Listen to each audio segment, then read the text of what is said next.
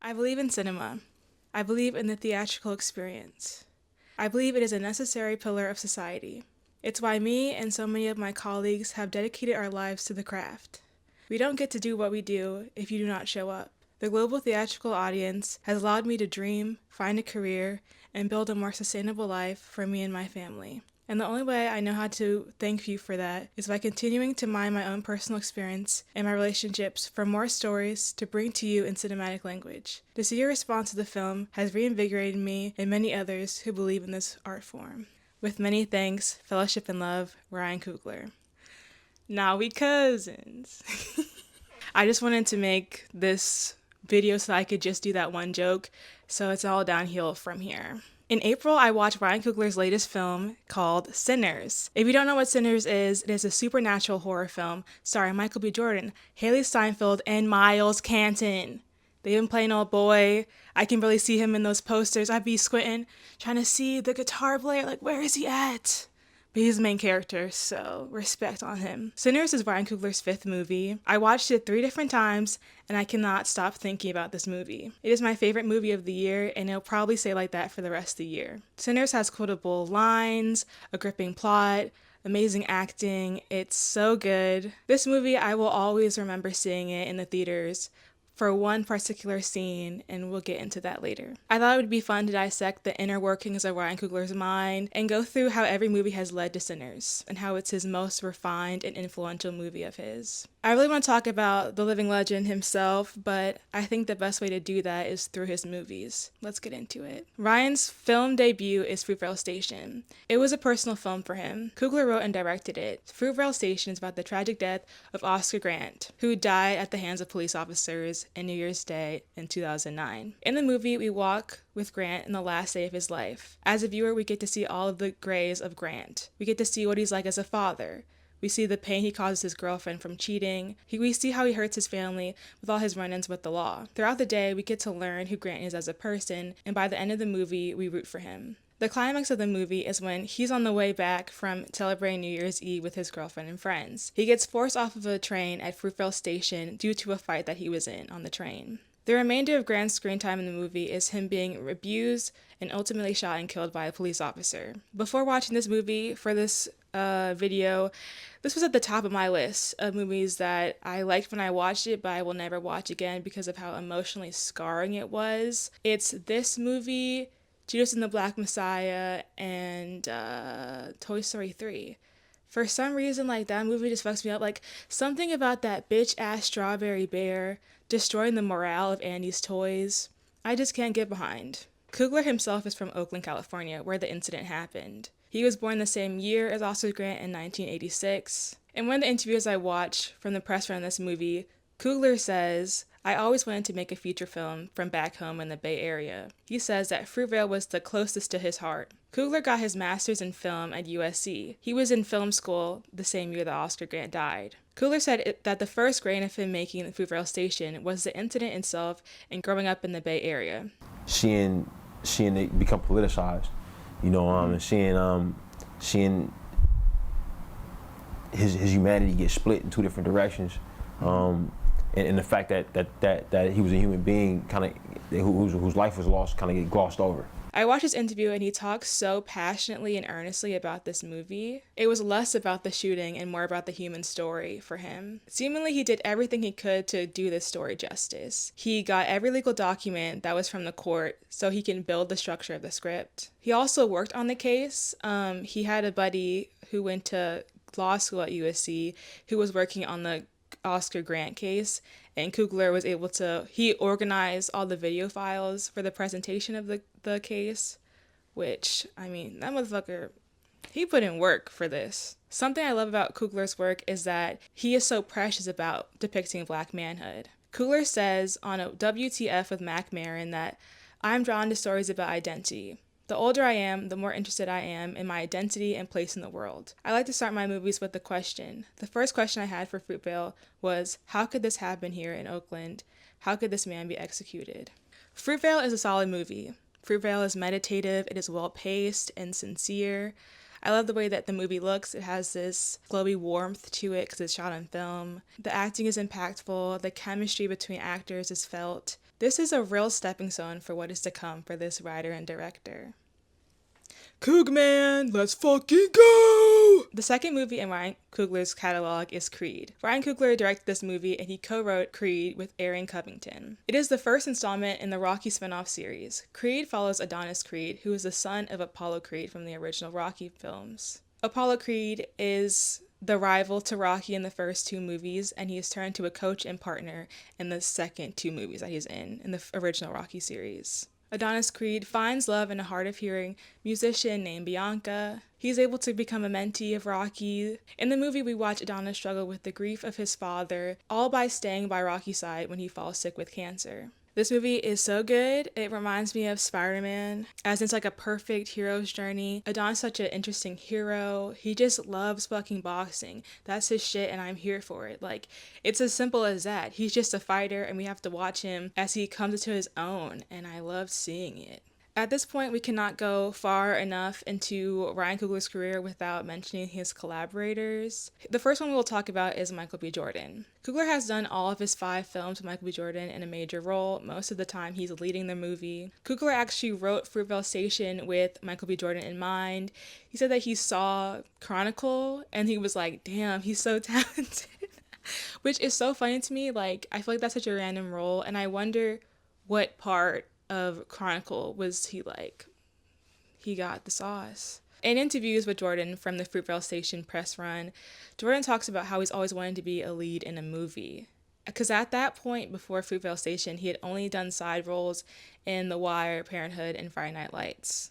And Ryan Coogler and Michael B. Jordan are just bros. And when I was watching these interviews from the first movie, from Fruitvale, I was like, they love each other so much, and it's just so cute. Like, they just have such a respect and like actual bond that you see progress through each movie's press run. It's crazy. Another frequent collaborator is Ludwig Göransson. This fucking guy. Ludwig Göransson and Coogler met at a suspended frat house at USC where Ludwig was living at the time. They met in the grad school while Coogler was at film school. They met while playing pool at a get-together, and they bonded over Swedish music like Little Dragon, which is funny because I also love Little Dragon when I was like 12, so we would have gotten along so well, you know? I would have been in Creed, like, the fuck. Göransson made a score for Coogler's first film festival short film named Locks. It is about a young man from Oakland who contemplates the cultural and personal importance of his dreadlocks before it is revealed that he has to cut off his locks for his younger sister who is sick with cancer. Ludwig Göransson is also named after Ludwig Beethoven, which I thought was really funny. But this guy, this Swedish man, he is in every freaking project that I like, unfortunately. I'm like, who made this beautiful score that utilizes such rich Black history and art and music? Who has me in my seat twerking to Delta blues music in 808s? And it's a fucking Swedish dude. What? Like, and the fucked up part is that I grew up listening to Göransson. I love Childish Gambino's Because of the Internet. This motherfucker made Redbone. This guy made Redbone, and this is America. Göransson went to Africa before me. I just want to say that last thing. I feel like that's fucked up. Ryan Coogler and his family are also really involved in his work. He has a production company with his lifelong partner and wife, Zinzi Coogler. His brother, Keen Coogler, has produced multiple of his movies. Coogler seems to really value his community. Coogler says in an interview with Maron that the importance of community was imprinted on him as a kid, seeing how his neighborhood or his parents operated at the time of his growing up. Maron says, quote, that the only power that we have is community. And Coogler agrees. He defines the, quote, epic beauty of community as seeing each other, having people who see you and understand your position in society. Your community sees the superhuman pressures that are on you and also see that you are a person who wants to have a good time for a night and wants to dream or wants to make it home back to your kid. All of those things made me realize that that's what I want to make movies about. Coogler's dad worked as a youth counselor in a juvenile hall. Coogler worked with him part-time for like 5 years when he was a teenager. His mother is a community organizer, so community seems like it's really big idea for Coogler and his work. At the time of writing Creed, Coogler's dad was critically sick. According to Coogler, his father being sick was directly tied to him making Creed. It was the first time he saw his father being vulnerable. In the movie, we explore the concept of time taking everyone out. Coogler said that his dad's favorite movie is Rocky, and when him and his dad would watch Rocky as a kid, Coogler's dad would always root for Rocky and not Creed, the black guy, and he was like, what the fuck is going on? Coogler said that he wanted to make a movie where Rocky had to overcome something because that's what he thought his father would need. The movie itself explores father and son relationships. Rocky gets a son figure in Adonis because he is estranged from his son. Rocky becomes a father figure for Adonis after Apollo is not in Adonis's life. Coogler really relies on his background and community not only to inspire his work, but to make the product. And Coogler named Sammy from Sinners after his aunt Sammy. I thought that was a fun fact. We're doing fun facts now. Beware. Black Panther is Coogler's third film. He directed it and co-wrote the movie with Joe Robert Cole. It is based off the Black Panther comics created by Stan Lee and Jack Kirby. I don't even know how to explain Black Panther. Y'all know what the F Black Panther is, okay? But if you don't, you have the misfortune of not understanding and not knowing Black Panther. I'm gonna break it down to you. Black Panther follows T'Challa when he comes back home to his fictional country of Wakanda to take place as king and the Black Panther. T'Challa gets tested as a king after his father's death in America. When international outsiders threaten Wakanda and its secret resource, T'Challa has to prove himself and the citizens of Wakanda that he's a worthy protector. This movie changed my life. Point blank period. I was 16 at the time and it blew my mind. It was such an explosion of appreciation of black culture and the black diaspora. I made paintings about it. I have posters of the women from Black Panther in my room because it was so everything. When I was going to watch the movie for this video, I was expecting it to be kind of for me to have outgrown it a bit, or for it to not have aged as well as I wanted it to. But honestly, it's so cute and I really love it. It's an experience. This movie has so much energy. The Swedish Man and Kendrick Lamar make this movie an experience. The fighting sequences, the costume design, the hair and makeup make it such a real place. The movie has so many references to real life African practices, traditions, and wardrobe. In an interview from the last podcast on the left, Coogler says, "I want to take people to the place. I love a fully realized and tactile world where you can feel that the filmmakers really cared.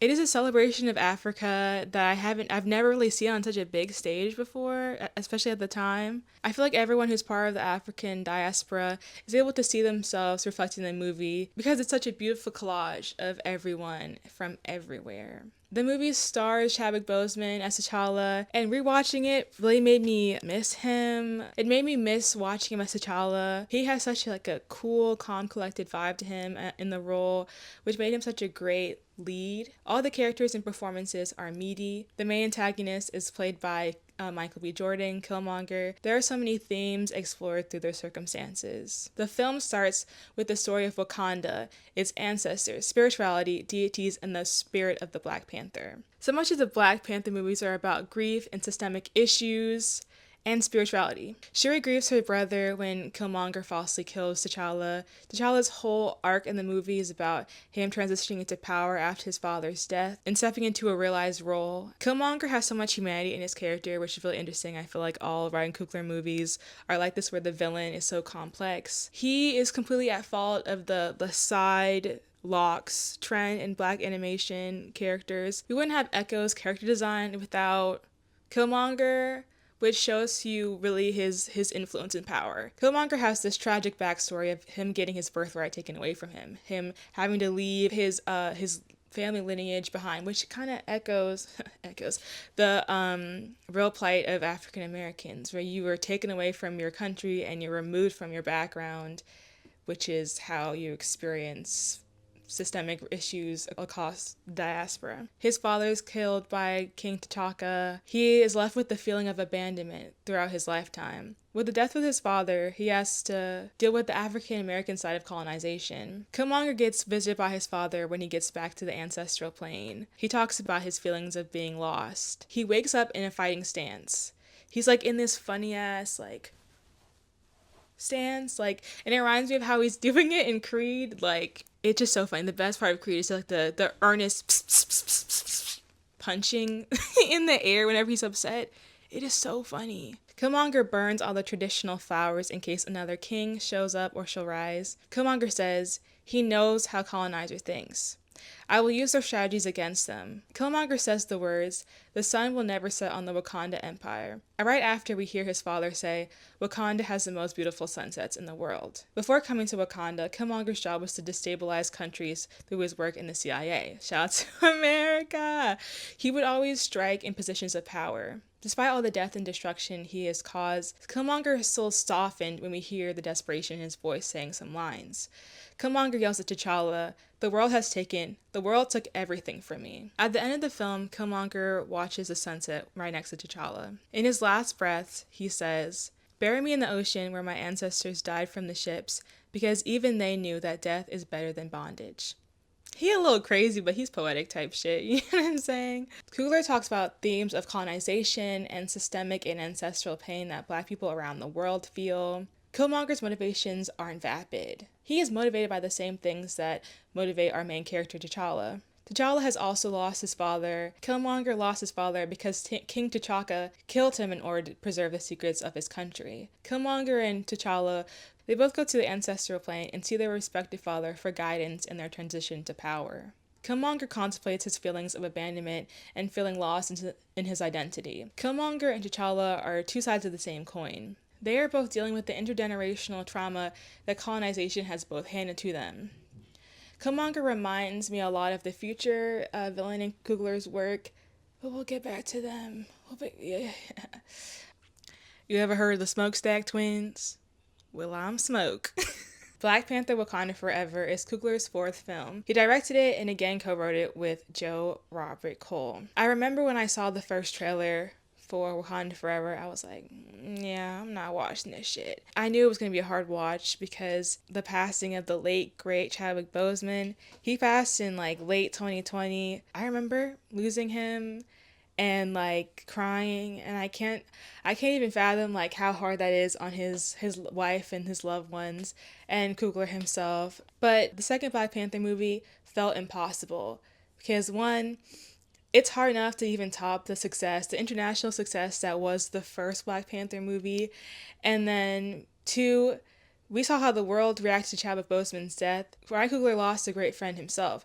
So I can't imagine how you start even making the script. But when the day came and I sat myself down at AMC Theater and I watched Nicole Kidman strut herself down those steps in her sparkly two-piece, I was ready for anything, and I was not disappointed. Black Panther was an experience, but Wakanda Forever felt like a master at his work. Wakanda Forever starts with Shuri trying to save her brother from the illness that he has. When Shuri finally loses her brother, despite her efforts to save him, Shuri's mom tells her that your brother is with the ancestors. They all mourn and dance to music. The movie is heavier on the score than Black Panther or Creed.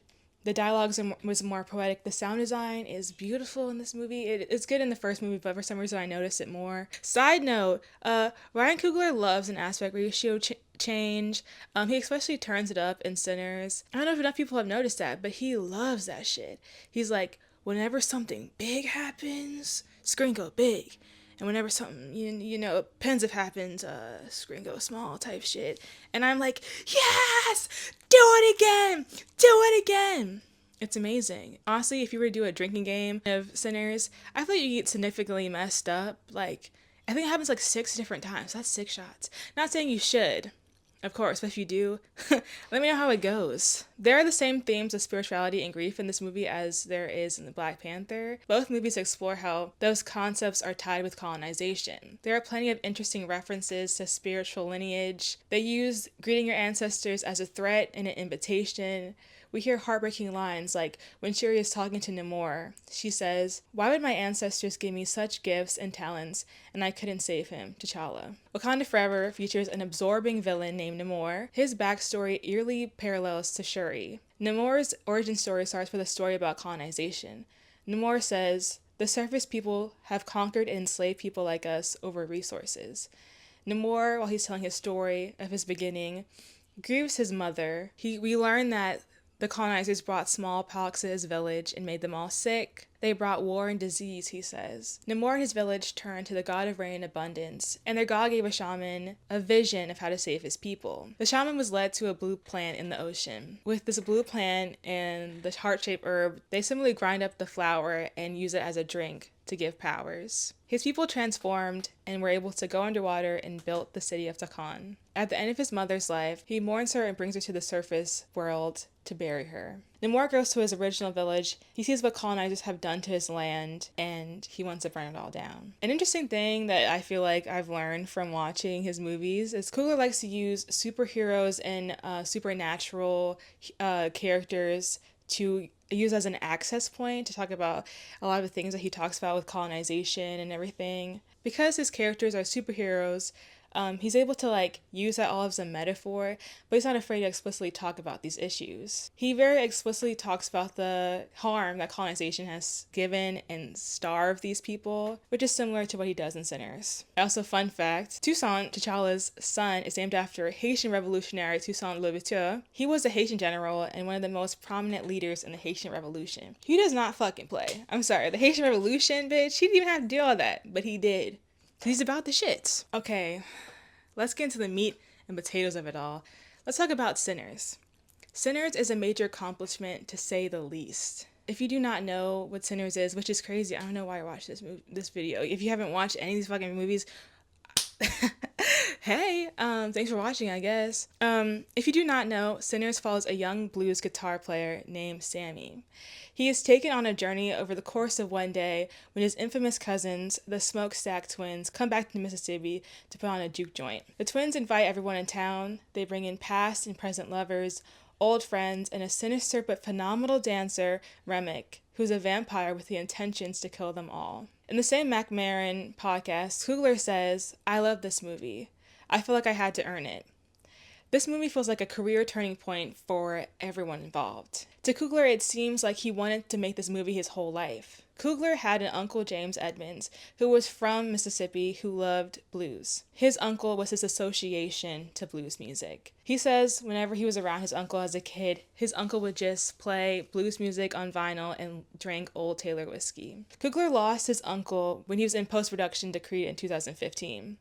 Coogler says in a Hot 97 interview that when Coogler missed him, he'd listen to blues and he would conjure his spirit. When I watched this movie, I feel like I was walking every step with these characters. I got everyone's motivations and aspirations. The setting of this movie pulls you into the character's world. Coogler talks about how he wants to bring people to a place. He says, "For a while, film is how I traveled."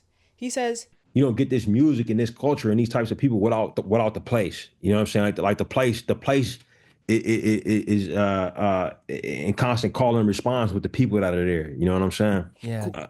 We wanted the magic in this movie to feel like everything else, like the music, like the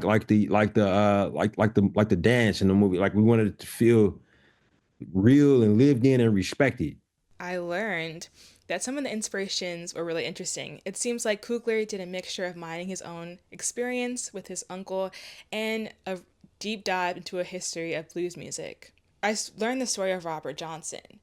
He is a musician from the Delta Blues Renaissance era that we see in the movie. Robert Johnson has the story of selling his soul at the crossroads for guitar playing skills. There's a lot of similarities to him and Sammy. Robert Johnson was a troubled blues singer who similarly performed at juke joints. He was born to a sharecropper in Mississippi. When he first started to perform at these juke joints, people saw him as noisy at best. He was seen as not impressive, but after disappearing for a year, he performed again and magically had these brilliant guitar playing skills. Tommy Johnson was actually the first person who said that he sold his soul to the devil for guitar playing skills. Tommy would carry a rabbit's foot on him at all times, which is kind of hard. I can't even hold him like, the fuck?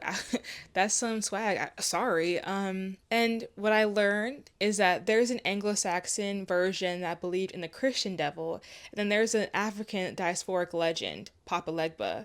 Papa Legba is a Haitian deity of Haitian voodoo belief systems. Papa Legba also has roots in West African belief. He is known as the gatekeeper between the spirit world and the human world. He is the guardian of the crossroads, which is possibly what Robert Johnson was referencing when he said that. This is what led Coogler to the concept of making deals with evil forces. Coogler compares it to how he had to leave his family to make his films. He uses the example of the year that his Uncle James died. His passing was in the year that he was making Creed, and he only went home once that year. This was the question for him of what to give up for your dream. This movie felt like a love letter to Black art and history. There's so much passion in this movie. When you hear Delta Slim play his piano, or when you hear Pearline sing and dance to her music, and when you hear Sammy and that damn guitar, you just know, like, there's just so much heart to the movie. Everything feels so powerful. And that's what I want to talk about today. The scene I've been dying to talk about is the surreal scene when Sammy plays I Lied to You at the juke joint. This scene had me drooling in the theater. Oh my God. Like, when I was watching this movie for the first time, I was like, I will always remember this movie for this exact scene. Maybe that's me being dramatic, but that's how I really felt. I watched Ludwig Göransson break down the Sinner soundtrack. In a classic FM video, Ludwig says that he wrote almost the entire score on the guitar that Sammy plays in the movie. Ludwig talks about how the music in the scene and the entire soundtrack is very personal to him.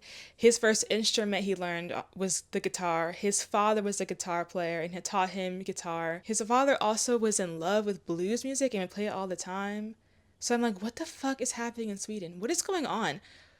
Is it just his family? Like, they just love Black music. I don't know. It's so funny.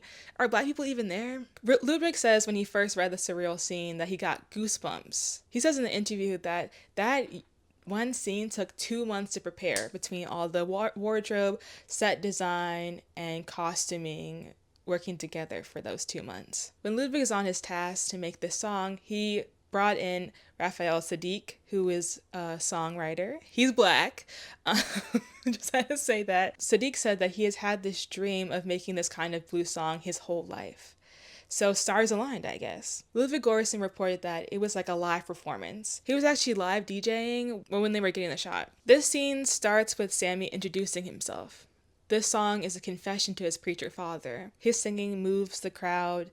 They gather around him and start to move their body. Sammy's hypnotic singing is interrupted by a provocative line by Slim. Blues, it wasn't forced on us like that religion. No, so we brought this with us from home. It's magic what we do. It's sacred. It's big.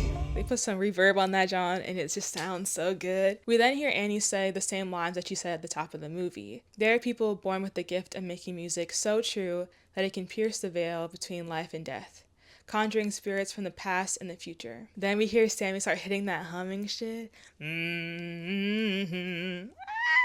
Like a 1930s Kid Cudi. I fuck with it. This scene transforms to a grand explosion of history and culture. You see traditional African and Chinese dancers. You see people twerking and crip walking. The way the camera moves, girl. The blocking choreography is created so that certain elements are able to hide and then be revealed. Cultural symbols are revealed as we move through the juke joint and as the music develops. They play with colors, wardrobe, and set design to have them blend in and pop out when needed. At the end, the literal roof is on fire, and we see the spiritual and physical dancers go outside the limits of the juke joint. As we watch the place burn, we hear Slim's last line, our ritual. We will heal our people, we'll be free. The camera zooms out and reverses, and we land on Remek's face. He's in a trance. He has fire in his eyes. He looks in awe with an appetite, and then the scene ends. So much of this movie explores freedom. There are multiple times where Stack and Smoke talk about traveling the world in the quest of freedom. Smoke tells Annie at one point that the only thing that frees people is money and power. The villain Remek wants to alleviate their suffering and asks them to join him to walk the earth for eternity. When trying to invite Sammy and Smoke to come join him, he tells them that they will never know true freedom unless they become vampires. Remick says, no matter how much guns or how much money, they will take it from you when they want. Before the juke joint, the audience spends the day with these characters as they walk through their segregated 1930s town. Delta Slim tells stories about his friends getting lynched as Stack drives past a crew of incarcerated black men. Mary and Stack are torn apart because of the limiting definitions of race at the time. They can't be together because of the harmful stereotypes of black men attacking white women. The people in the juke joint can't even pay for their drinks because they get paid on a credit system from working on a plantation all day. These characters are not only restricted by race and white supremacy, but their morality and flesh are considered a threat to their freedom, according to Remick. In Sinners, Ryan Coogler explores spirituality, which is a theme that shows up in multiple of his movies. In the movie, Annie says that the vampires have their souls stuck and cursed, and they can't rejoin their ancestors, and they are forced to be stuck here with all this hate. Remick says that he can't see his people anymore, and Sammy is the only one who can bring them to him. Grief is something that every character in Sinners has to deal with. It shapes their identity and brings them together to the party, but also brings them together to die. Remick lost his land, Mary lost her mother, Smoke and Annie lost their child, Slim has lost friends. The people at this juke joint have troubled and strenuous lives, but for that one night, they are there to dance. In this video, I have talked about all the strengths Ryan Coogler has as a writer and director. I've talked about all the themes he uses like grief, systemic oppression, and depicting black manhood. In this scene, I think it's a climax of all his strengths. In Black Panther, there's a constant talk about being with your ancestors, and we see the ancestral plane. In Sinners, Coogler is able to show the power of Sammy's talents by him literally dancing with his ancestors. In Creed, we see a young black man come into his own by his performances as a boxer. Similarly to Sammy, Adonis has a talk with his mentor figure right before his final fight. Rocky says to Adonis, and this is my favorite fucking scene in the movie, "Ayo." You never been in front of this many people before, right? That don't matter. You never been this far away from home, and that don't matter. What matters is what you leave in that ring and what you take back with you. And you know what that is? Pride, and knowing that you did your best. And you're doing it for yourself, not for me, not your father's memory, but for you. This is my favorite scene in Creed, when he does his entrance to Hail Mary repping LA. It's another freaking one take. This man can't be stopped. There are a lot of similarities between Sammy's talk with Slim and Adonis' talks with Rocky. Adonis has to go against his fear and shed his expectations to be in his father's shadow. Coogler uses a lot of his best skills to create a new, deep feeling in Sinners. I think the reason why this movie impacted me so much is because of our present reality. Every time I watch the news, it feels like it's peeling back a little layer of hope and stability. You know, maybe being dramatic, but that's generally how I feel. But watching the news is not fun. Getting microgressed is not fun. Not being able to be paid enough to afford groceries or pay rent is not fun. But the only shit that makes this stuff feel bearable is when I hang out with my friends or with my loved ones and we go to the movies and we experience transformative art like this. Art is healing, and this movie puts that on display. Coogler makes all his movies about systemic racism, colonization, grief, and loss. These are main motivators for and essential parts of the characters in Sinners. But in that one scene, you see all of this melt away. In Coogler films, you see these characters constantly come together because of their hardships. Whether it's in Fruitvale Station, where Grant's family all come together to pray, or it's the characters coming together in a battle like Sherry and Namor. All of these things that demoralize his characters are extensions of their character, and it's what brings them together into a shared space to create these epic showdowns or beautiful moments of dancing, mourning, and connection. I think what makes Coogler's films so impactful is that they're about perseverance and human survival. Music is a way of survival, and the only way it exists in future, past, and present is because it is healing and empowering. Art is the heartbeat of human survival, in my opinion. I don't give a fuck. It has given many people the strength and catharsis in the same way that the actual movie Sinners is able to do. Meta!